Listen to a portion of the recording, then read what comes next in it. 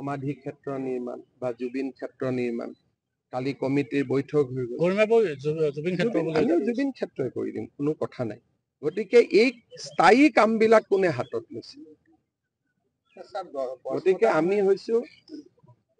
এডালো গছ কটা নাই এইটো তথ্যৰ ওপৰত নিৰ্ভৰশীল নহয় আপোনালোকৰ লগত আমি একেলগে গছবোৰ চাব যাম প্ৰত্যেকজোপা গছ জীয়াই আছে এইটো এটা ভুল ব্যাখ্যা